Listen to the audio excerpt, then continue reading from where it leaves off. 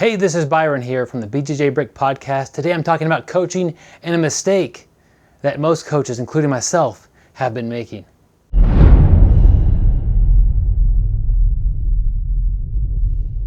I hear coaches say all the time, I roll with my students, and that is great.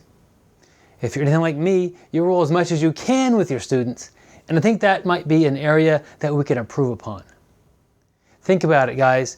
A lot of big sports, football, soccer, basketball, baseball, hockey, basically any of the big sports that have big money behind them, sports that really get into the science of how their athletes work and the best way to train them in a competitive way because a lot's at stake. What are the coaches doing? The coaches are on the sidelines observing. The coaches on the sidelines changing behavior. The coaches could observe a behavior and change what they're doing next day at practice.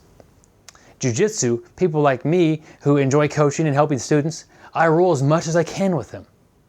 And this is a good way to see how your students are doing as far as how they roll with you. I was recently injured, had to spend a few classes on the sidelines.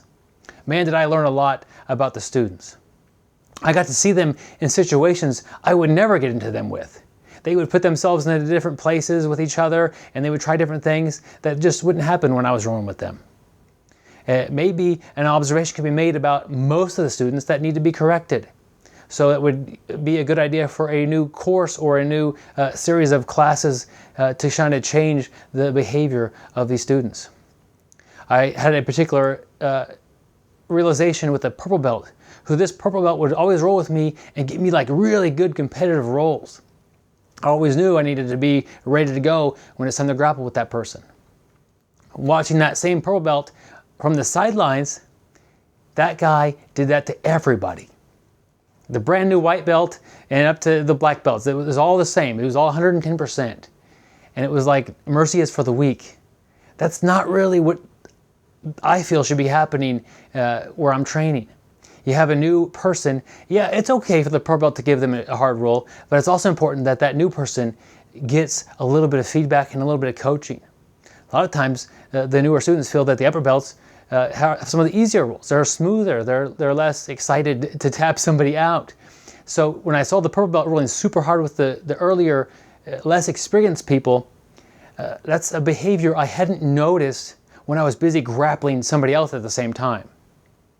That's something that I could say, hey, maybe you should back it off a little bit, maybe work on your C game with these new students, or maybe just help them. It's more like a round where you're sacrificing one of your rounds and giving it to the school and helping build the team with the new students. That's the behavior that I really had a hard time observing while my nose is to the grindstone on the mat and I'm working as hard as I can. That's working on me and that's working on the student I'm with. That has no ability to control the culture of the club that you're at. It's the idea that the coach may be better spent with a little bit of time off of the mat, observing the class as a whole, observing the individual students rolling with each other, than just rolling with them all the time. Now, I'm not advocating stop rolling with your students. I think that would be a mistake. A lot of coaches really take the pride into rolling with their students, and I really enjoy rolling with the students. And I know some students get a little suspicious when their coach doesn't want to roll with them. Those are all different issues. I'm just saying to be the best possible coach, you're going to have to spend a little bit of time observing the students, observing them interacting with each other, observing them and helping coach them live and helping change the class in the future. Because you may not know they're all making a huge mistake when they're doing their takedowns because you always take them down. But if you catch that early enough, you could make changes to everybody. It's just an effective way to coach. Can you find me another sport where coaches spend as much time as we do in jiu-jitsu, actually sparring, competing, scrimmaging with the athletes? I don't think it exists. I think jiu-jitsu is unique in that, and that's a great thing. The thing about jiu-jitsu is a lot of times the coaches are the best athletes and the most knowledgeable people on the mat. So we can hang with these students.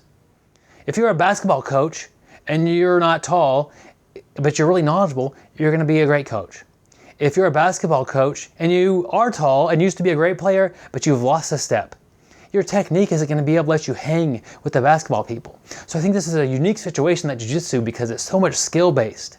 And these coaches, a lot of their skill is light years ahead of these students, that we're able to get on the mat and to spar every time with the students. I think overall it's a mistake to spar every time. I think we should be sparring, and it's a lot of fun to spar with the students. But I think for the health of the gym, we need to spar, and we need to step aside, and we need to look at the whole class, control the culture, control the learning environment, and really get an idea of what's going on, instead of always having your head stuck in a guillotine. You're not going to see anything that's going on in the class.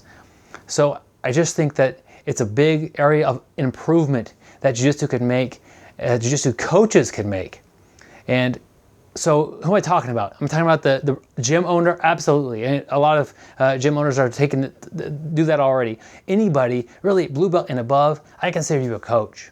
You're at the level where you could help a white belt out, you're a coach. So whether you're on purpose taking a step out and really watching the students, or maybe you're too tired to roll one more roll, take a round and watch the people roll. You might be able to help somebody out after it's over. You might be able to help them through something, to help them while they're actually rolling. And the upper belts, they might be able to change what's being taught in future classes, because they might notice something big, a big trend that they're not happy with.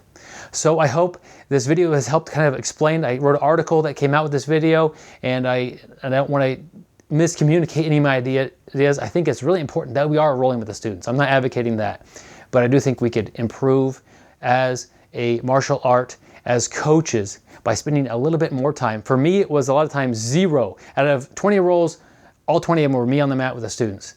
At least 1 or 2 of those probably could be spent watching the students. So 5 to 10% of the time would be great investment in the students and really helping the class as a whole. So check out the other videos in the channel, other articles on the website, and our weekly podcast where we discuss all things jiu-jitsu. Thanks for watching this. I hope you enjoyed it, and I hope you consider what's going on at your gym.